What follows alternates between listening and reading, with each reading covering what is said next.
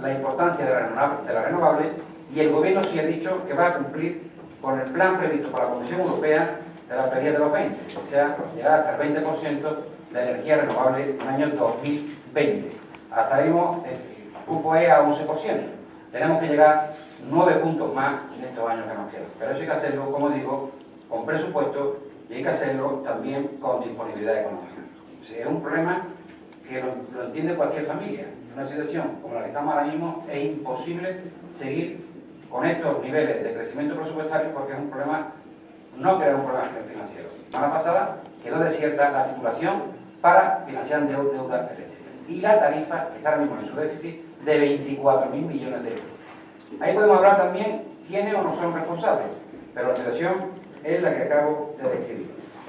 En la filosofía estamos todo el mundo de acuerdo, pero el problema no es de filosofía, no es de ideología. El problema es de disponibilidad presupuestaria, de no crear un problema financiero más al país que está prácticamente en ruina. Luego, planteamos medidas de austeridad en un escenario de máxima urgencia, o no podemos seguir hablando de lo que estamos hablando. Si para nosotros hubiese sido más fácil a 3 meses del gobierno decir, señores, sí, más prima, pero es que no hay dinero para esto. O decimos la verdad o lo seguimos engañando.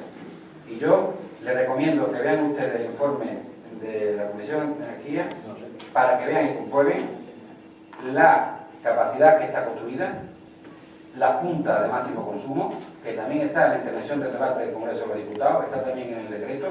Yo voy a decir una cosa, que no afecta a lo que hay, y lo he dicho, afecta a lo previsto porque son 500 megavatios y 160 millones de euros, más de 25.000 millones de las antiguas pesetas.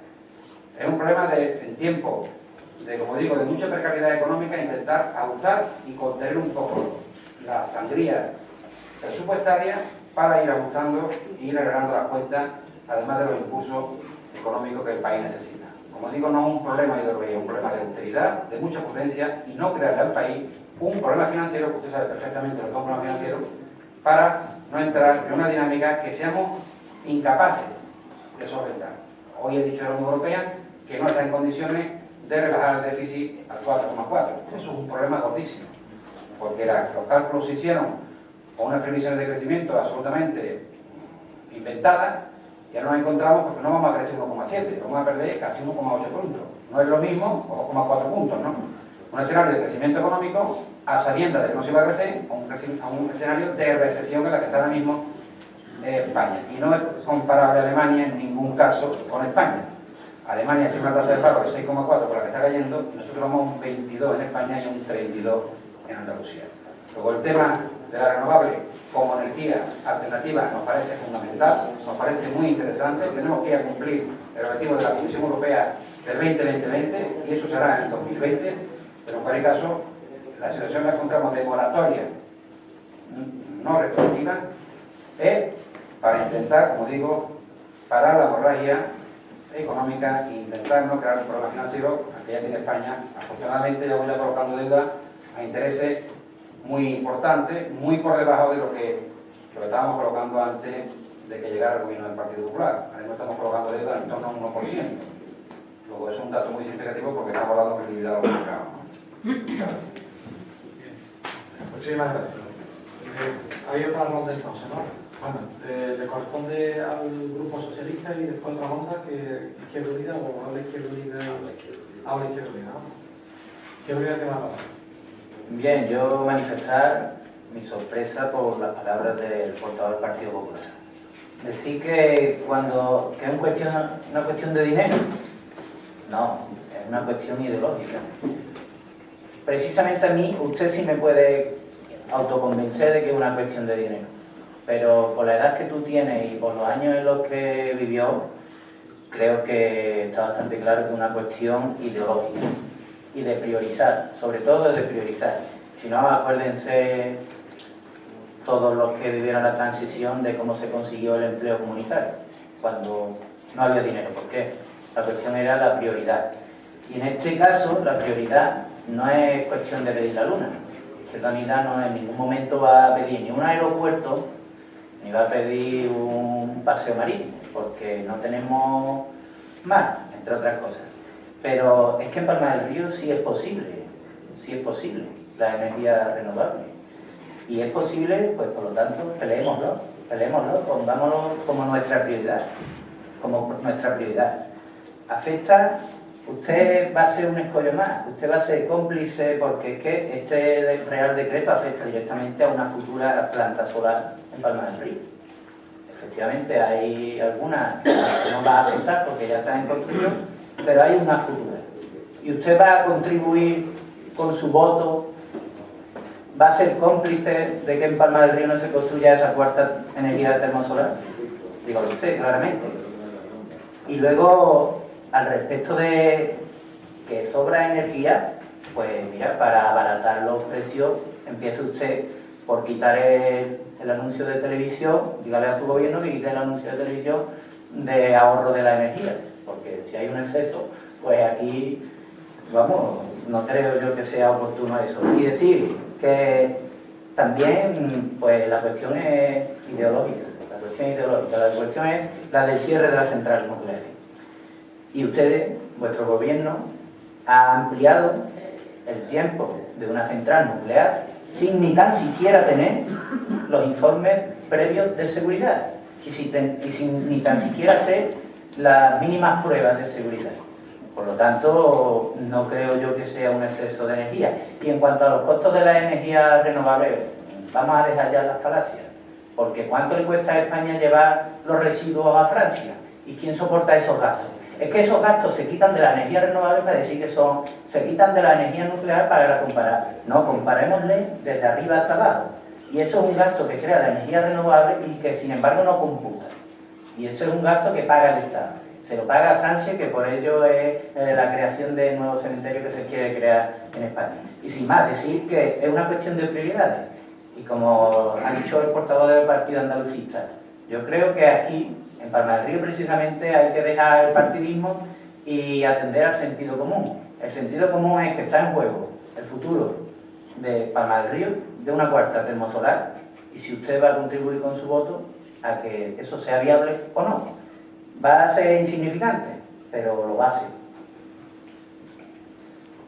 Muchas gracias. Ahora sí, entonces, parece que el Grupo Socialista... ¿Yo puedo contestar a esta mano? Sí, por supuesto. Si lo tiro de esto. Si quiere la palabra, por favor, el Grupo. Pero una ronda. ¿Qué? Bien, vamos a ver. Lo que yo había establecido era una segunda ronda. Por esto no. Era lo que yo en principio había establecido. Pero si era una ronda. Bien. No dos rondas y otro uno. Por eso. No, dos rondas. No, si yo quiero una ronda, tiene que ser. El que propone parece que debe tener... cerrar. No, cierra, porque tiene también la posibilidad de una segunda ronda.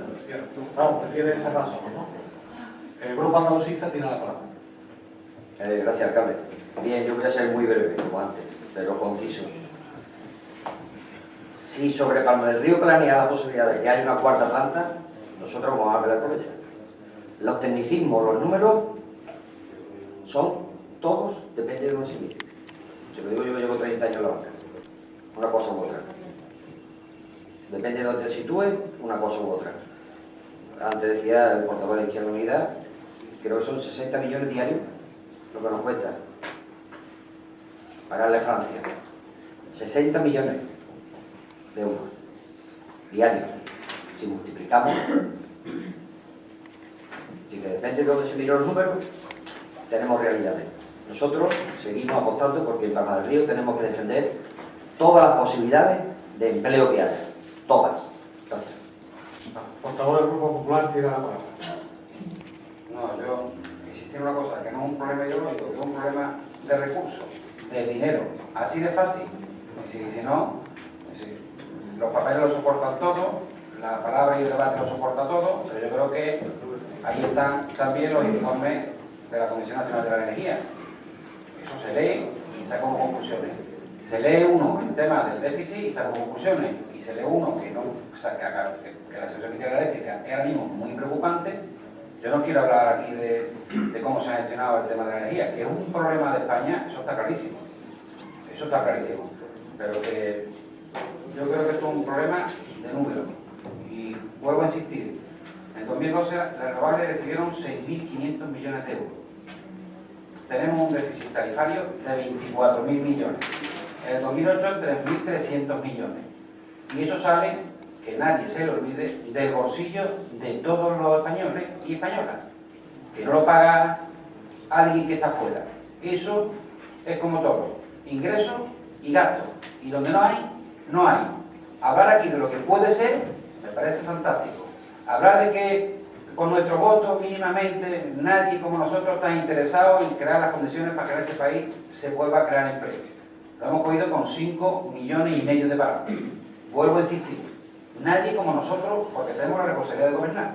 ¿Para la autonómica? Claro que sí, legítimamente, porque entendemos que podemos hacerlo mejor. Otra cosa es que el pueblo nos dé siempre, tiene la última palabra. Pero que yo defiendo el planteamiento este porque ahora mismo lo razonable, ahora mismo es decir, señores, que hay dinero para todo el mundo. Ustedes quieren una, no, 4 plantas. Es que eso es imposible. Eso es imposible, Onofre. Imposible. Y si te lees un poquito el cuadro presupuestario, te darás cuenta. Y como está la Unión Europea, pues, y si sigues los informativos y ves el ritmo que están tomando los acontecimientos y que no hay margen de maniobra para el tema de relajar el déficit, tenemos que ir a cerrar el 2012 con un déficit del 4,4 y la recesión es del 1,8. O nos ponemos a trabajar todos y sacar este país adelante para por lo menos crear las condiciones de empleo en el segundo semestre, o esto al final volvemos a seguir lo mismo, ¿no? Si el empleo, estamos diciendo a Palma, no se entienda, yo no quiero estar de acuerdo de nada, lo que se trata es de ver cómo se hacen. Y las políticas tienen que ser globales, estructurales y con reformas encima de la mesa. Y ahora mismo nosotros, la moratoria, como digo, es para intentar no crear un problema financiero al país, al que ya tiene, que es muy grave. Y la prioridad que tenemos que tener todos es el empleo. La verdad, con la de Izquierda Unida y con la del PSOE. Nuestra verdad ahora mismo es que esto es un discurso ideológico, es un discurso contable. Y el país no da para más. Vale, muchísimas gracias. El portavoz del Grupo Socialista tiene la palabra. Sí, bueno, rápidamente. Yo creo que lo del déficit de la tarifa no viene de la energía. Ya antes de que la energía renovable estuvieran haciendo rendimiento de esto, ya había tarifa, un déficit tarifario. No le acarguemos, hombre, seamos rigurosos, es que vale todo. Porque por esa línea de tren también podríamos decir, esta producción de energía solar o renovable ha evitado importar alrededor de 140.692 toneladas equivalentes de petróleo que valen 24.000 millones de euros. La balanza comercial ha supuesto al año un ahorro de la energía renovable de 1.400 millones de euros. Pero si no estamos hablando, lo menos el que haga, comprenderéis ahora lo duro que es gobernar, la que os espera, Digo la que os espera porque viví como hemos vivido, habéis vivido mucho este tiempo de atrás, apuntándose a todo. ¿Qué trabajito cuesta ahora? Digo que esta es la que os espera a partir de ahora. Asumí todo. Un tiempo vaya a vivir de la herencia, pero la herencia da lo que da, y más esta que era una herencia bastante regular, claro, las buenas también se gastan, imagínate esta que no era muy buena, esto da el tiempo que da, a partir de muy poco ya la gente va a estar de herencia hasta la economía, pero a lo que iba, si yo soy riguroso y nosotros lo somos, Salvador, por eso no he nombrado ni la fotovoltaica, y sabía lo que costaba un megavatio en aquellos tiempos y lo que las tecnologías han conseguido y la competencia. He hablado de eólica, que casi ya no necesita prima. He hablado de biomasa, que casi muy poca. He hablado de la termosolar, que tiene otra ventaja, que es que produce energía durante todo el tiempo. Porque claro, esto de los 113.000 megavatios, es que esto no está dando luz, esto todo el día, perdón, el sol, en la eólica el viento, hay viento cuando hay, la potencia está instalada, pero cuando no hay viento es imposible que aquello produzca energía. Hace falta todo eso, después lo has dicho bien, para que tengamos el 11% de toda la energía de renovable, y que tenemos firmado una directiva en Europa de que para el año 2020 tenemos que alcanzar el 20% de toda la energía renovable, perdón, de todo el consumo de energía sea renovable. El 20%, no metamos los megavatios, metamos esas cosas. Esto está bastante razonable. Hoy tenemos el 11 y de aquí al año 20 debemos de alcanzar el 20. Y además y cada vez con menos prima. Pero lo he dicho al principio, estas son cosas que o las estimula al principio o no se hubieran hecho nunca, pero el ahorro que vamos a tener de energías fósiles, de esas que todo el mundo dice que se agotará, o que estamos en manos de quien estamos, que es que Irán, el ministro de Asuntos Exteriores y el otro, y el Soria estaban el otro día buscando alternativas al suministro de esta gente, y con la que tienen liado aquí. Pero eso desde ese punto de vista, y el empleo, y lo justifica.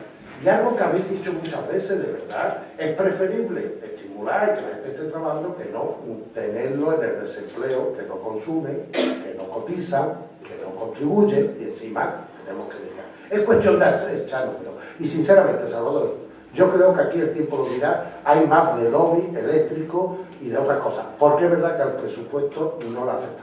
Y termino. Salvador, has dicho una cosa. Dice, el país con estas cosas estaríamos en casi en la ruina, ¿no?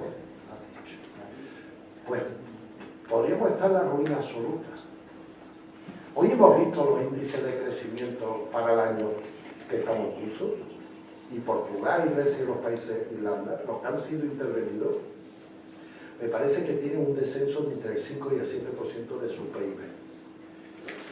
Si no es por un voto, y porque Convergencia y Unión, esos que no son españoles, cuando están con nosotros, ahora cuando entendéis vosotros en Cataluña ya son los mejores de España, si no es por Convergencia y Unión, que votan, y se gana la votación por un voto el 10 de mayo, y se la juega el presidente del gobierno, y mira lo que le ha costado, mira cuántos alcaldes han pagado aquel pleno, cuántos presidentes autonómicos, y el mismo Grupo Socialista. Si ese día no salvamos esto, hoy no tenemos la ruina, o casi el ruina. Hoy estamos en la ruina más absoluta y los funcionarios habían perdido un 10 o un 15% de salario este año y los pensionistas habían perdido un 15 o un 20%. Porque eso es lo que ha ocurrido. Pero como arrimar el hombro cuesta mucho trabajo y no se quiso arrimar, por eso hemos estado al borde de lo que hemos estado. Pero menos mal que hubo alguien que se la jugó, le costara lo que le costara, bien que le ha costado bastante a nosotros, pero bienvenido sea para que hoy España no esté decreciendo al 6%. Porque si esto es con una bajada del PIB de 1,5, lo que hay que adoptar el 30 de marzo, nos vamos a enterar. Imaginaremos por un momento si tuviéramos los mismos datos de Grecia, Portugal, Irlanda, los países que han sido intervenidos. Pero el tiempo, como siempre, pondrá a cada uno en su sitio. Bueno, si el portavoz del Grupo Popular quiere hablar, puede hablar. Bueno, yo sí voy a intentar no suscitar polémica, pero este es un asunto muy importante para Palma del Río. Onofre ha hecho una pregunta y todos se han hecho preguntas qué significa y más autónomo de la cuarta posible planta termosolar y más. Y explico. Antes había dado, simplemente estaba hablando de microeconomía, la nuestra, la del pueblo, pero también relacionada con la macroeconomía. Voy a dar un simple. Yo creo que el problema más importante que tiene España ahora mismo es el déficit de la balanza de pagos. El problema más importante. Compramos más fuera de lo que vendemos y el turismo no llega a equilibrar el tema. Yo creo que si dejamos de comprar petróleo, serían muchas divisas las que se quedarían en España, generando empleo aquí en España. Palma del Río, que el tema de la energía renovable forma parte del plan estratégico de una línea importantísima del desarrollo económico de Palma y del desarrollo de empleo.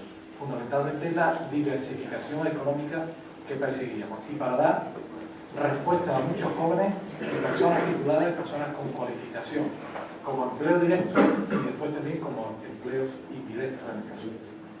Palma del Río tiene, como bien sabéis, 3 plantas termosolares, 2 en funcionamiento y 1 en construcción. Eso ha sido una inversión de en torno a 700 millones de euros. Estamos hablando de una cantidad importantísima, con una producción eléctrica de 150 megavatios. La cuarta planta termosolar prácticamente era una realidad al salir el tema de las nuevas primas, porque se habían limpiado urbanísticamente de vías pecuarias de caminos públicos, de estudios arqueológicos y de todo. Era algo prioritario para todas las empresas dedicadas al tema de la energía renovable. Y además con una economía de escala, teniendo 3 plantas unidas, y esta sería la 4ª, con lo cual el enganche prácticamente en la misma subestación que estaba diseñada y preparada para esa 4ª termosolar, y que incluso algunas empresas intentó adelantarse a la salida de las primas haciendo una propuesta de I+D. Cambiando el tema de I+D, quería conseguirlo. Evidentemente el decreto no se lo permitía, pero estaba todo preparado para la salida de las primas. Una 4ª planta termosolar con un proyecto de I+D, o sea, de almacenamiento de sales, en vez de utilizar aceite, para tener producción durante más horas. Era un proyecto que podía contratar a más personas, entendiendo que de media son 35 personas fijas más los puestos indirectos que se pueda tener. Pero no solamente estábamos en el tema de la energía renovable de la termoeléctrica solar, sino también teníamos un proyecto estudiando con empresas alemanas para una biomasa en Palma. Eso, aparte de la generación de empleo directo, facilitaba a los agricultores palmeños una alternativa muy importante.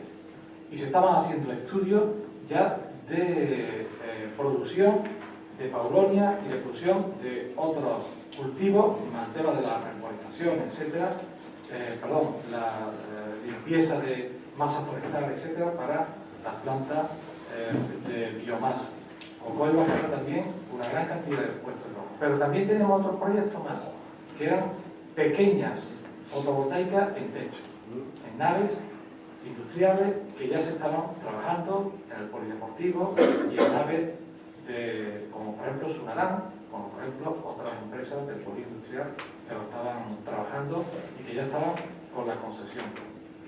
Que eso daba empleo a pequeñas empresas de pago. Eso era el planteamiento que teníamos de futuro con las energías renovables. ¿Se ha truncado? Es posible. Yo ya no voy a entrar más en el debate de que sería importante económicamente, que era posible, o ideológico, no voy a entrar en ese debate. Solamente en el debate que afecta a Palma del Río, que afecta bastante fuerte este decreto. Eso es lo que quería comentar, pero no haber entrado en una asignación, solamente informar de las perspectivas que teníamos de futuro, que no obstante vamos a pelear, vamos a luchar en la letra pequeña en todo lo que sea posible. Yo creo que al final el gobierno, creo que al final el gobierno, de aquí a un tiempo, volverá a sacar este tema para adelante. Yo lo creo así. En este caso, porque es necesario para nuestro país y para España también. Bien. Parece que pasemos a la votación, entonces. Grupo de Izquierda Unida, a favor. Grupo Andalucista, a favor. Grupo Popular, no. Grupo Socialista, gracias. Pasamos al siguiente punto,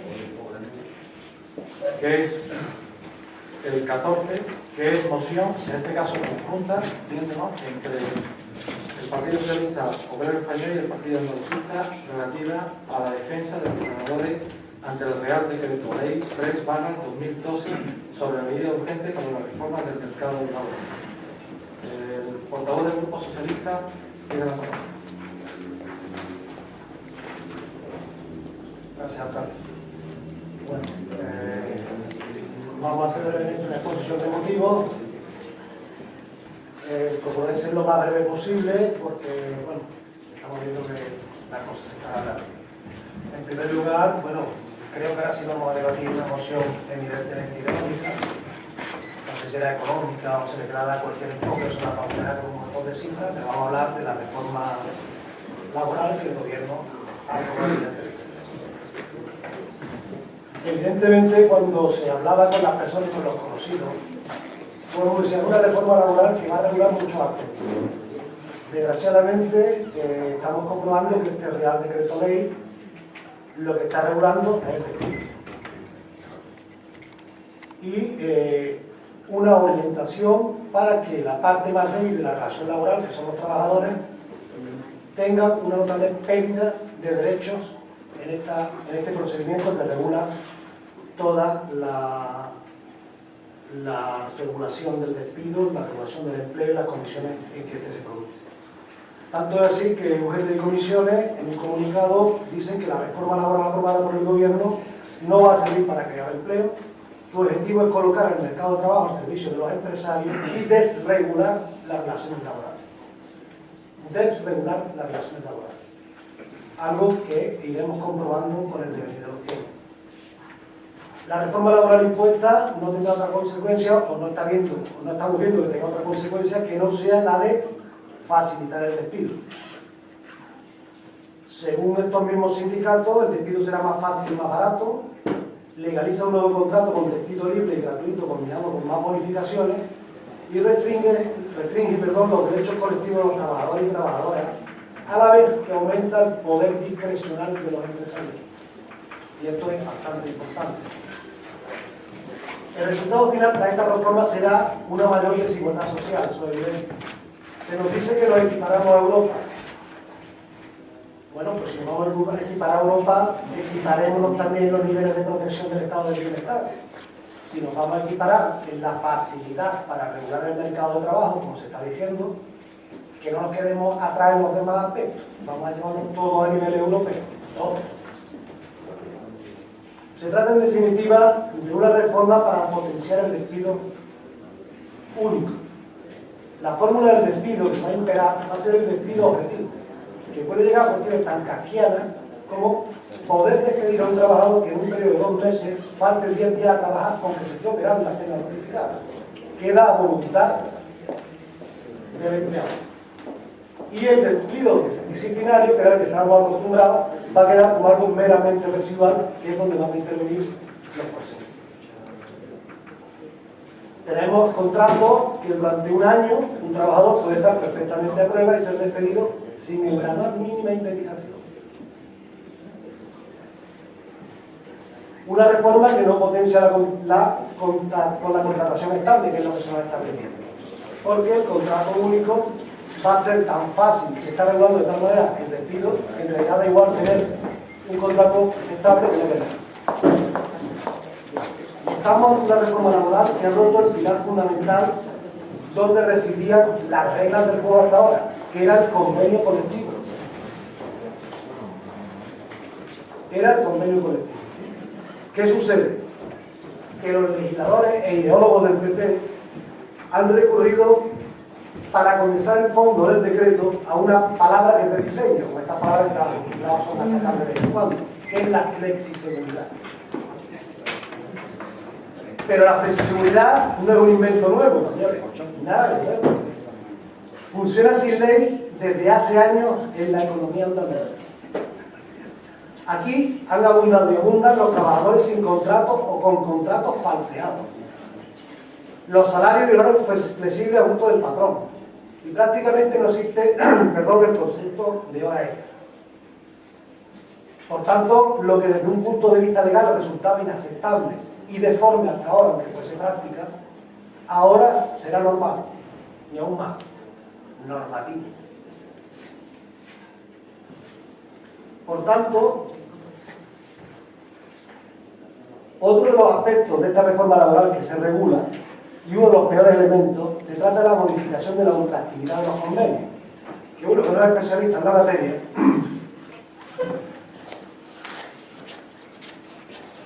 se pone a intentar reflexionar sobre lo que es y resulta que descubre que es una reivindicación histórica de la patronal desde hace muchísimos años y que consiste simplemente en una cosa que es muy fácil de entender una vez que la ves. Y es que si en 2 años no se renueva un convenio colectivo, desaparece. Por tanto, nos vamos a los mínimos que fija la ley.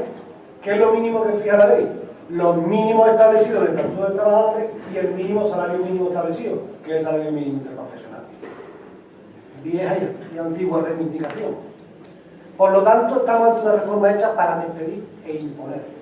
Porque imponiendo se ha empezado con ella.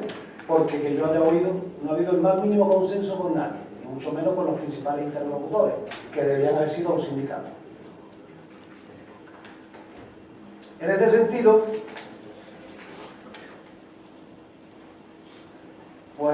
le viene a uno a la memoria otra época en que, bueno, también tenemos memoria, y antes del gobierno del PSOE último también hubo unos años de gobierno del PP.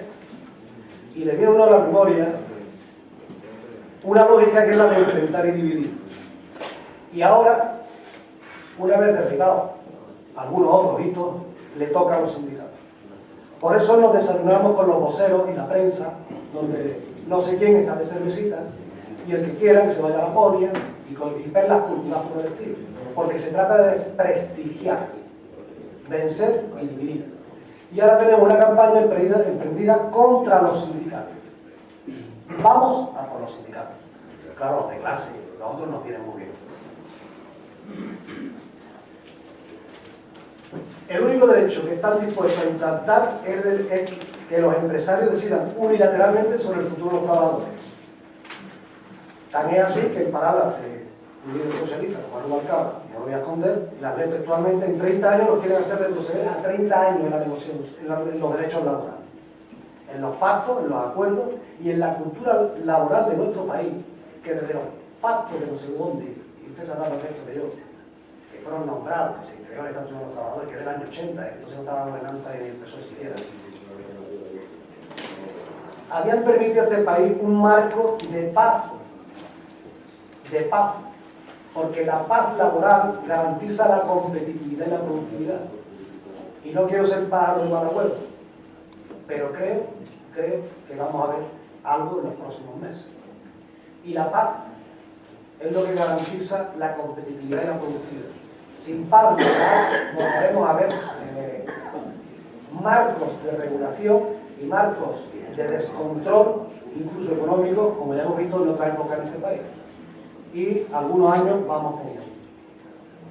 Si esto lo unimos al grado de dificultad que se está poniendo para crear empleo por parte de quien puede ponerlo, que somos los poderes públicos, pues la verdad es que nos vamos a encontrar con un marco que yo no creo que vaya a ser muy adecuado. De todas maneras, de todos sabido que las medidas importantes, impactantes, ustedes como cualquier otro gobierno las van a hacer en el primer año, luego ya habrá que relajar esto un poquito, pero ¿qué año nos espera?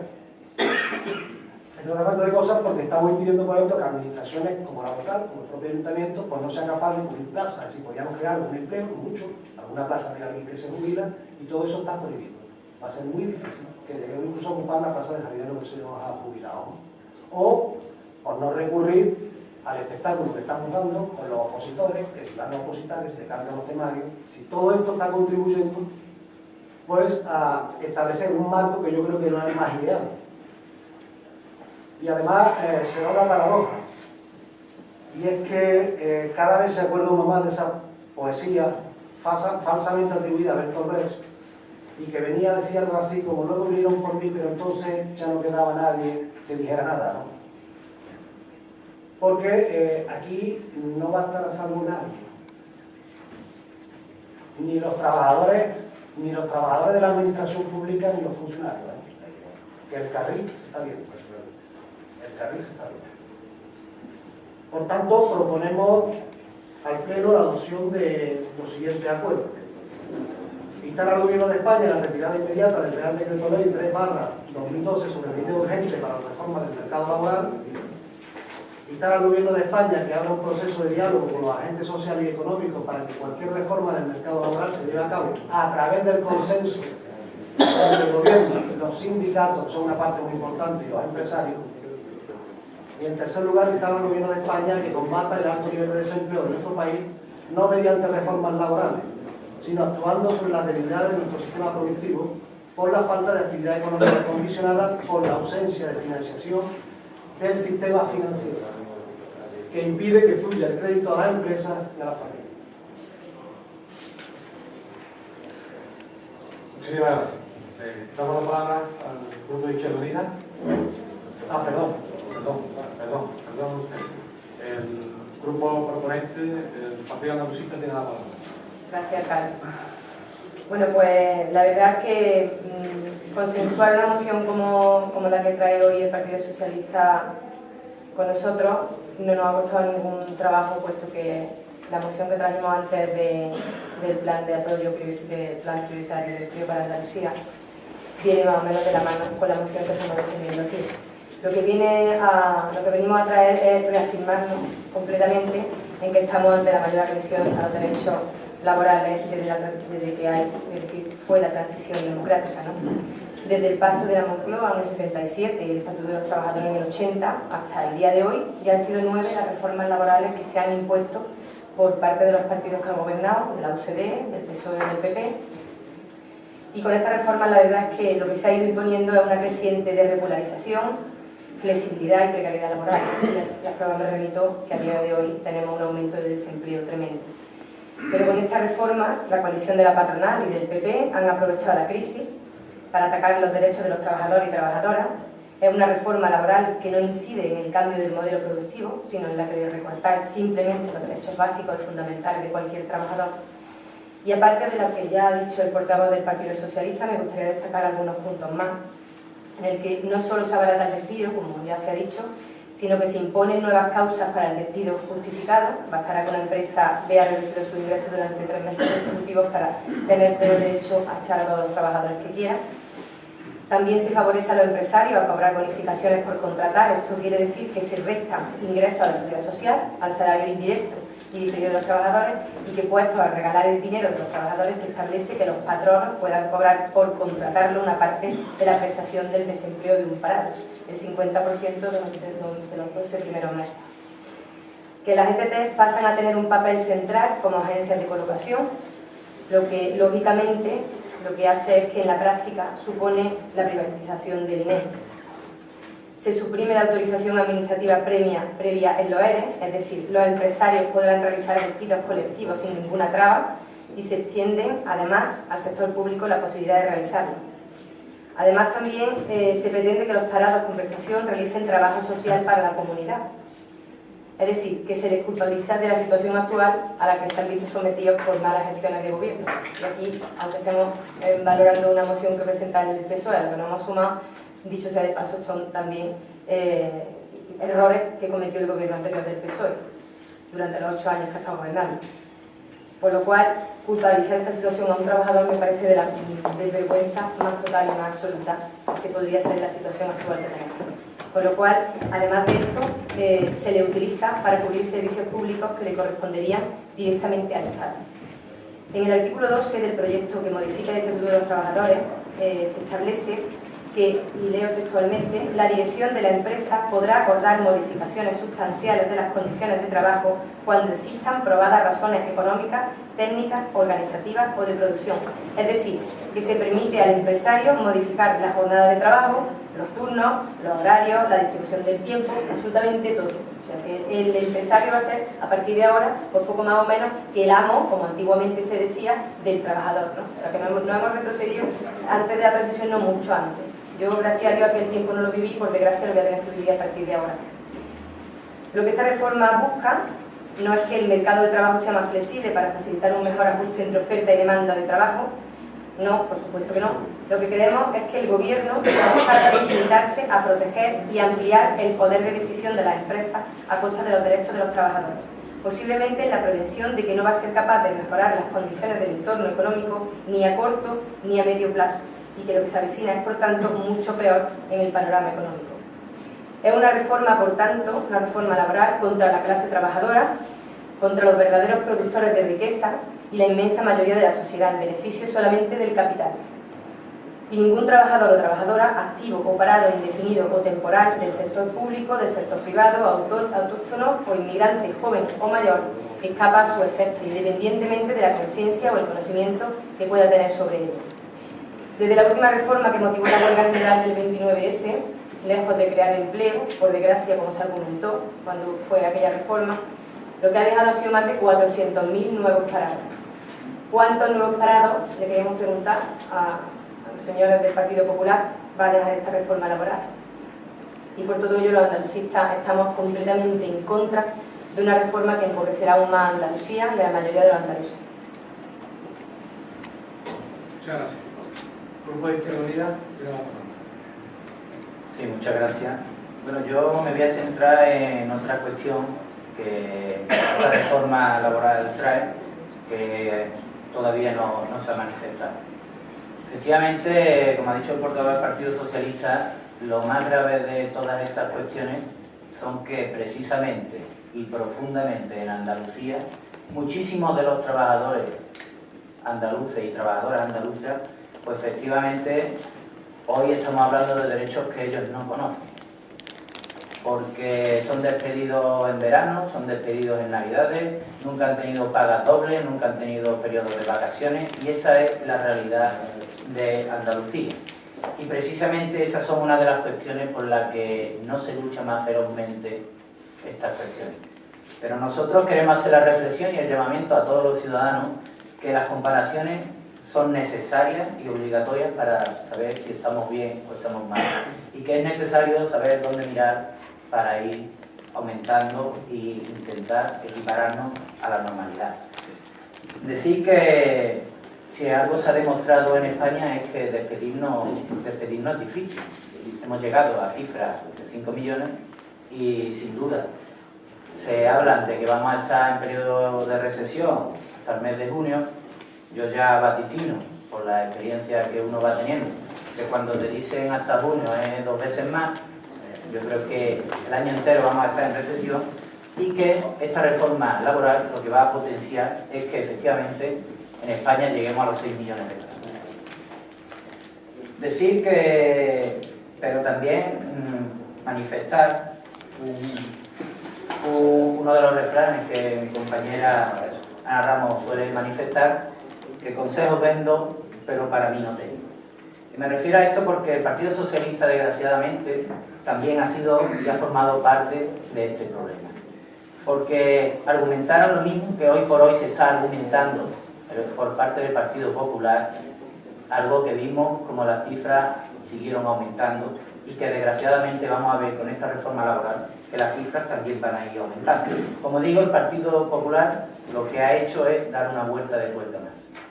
Una vuelta más que por ello no deja de ser grave, es gravísimo. Hablaba en el transcurso del debate de una anterior moción, hablaba el portavoz del Partido Popular de reestructuras profundas, de reformas profundas y no sé qué, profundo y profundo y profundo. Denoto por las palabras del portavoz del Partido Popular que usted lo que quiere es la España profunda. La España profunda que desgraciadamente muchos vivieron y que afortunadamente los más jóvenes no hemos tenido el placer de no conocer. Sin duda van a ser el Partido Popular los protagonistas del país, del país del momento en los que por primera vez los hijos van a vivir peor que sus padres. Y decir muchas de las cuestiones que se han hablado, los despidos más baratos, más fáciles, sin necesidad de autorización, sin indemnizaciones,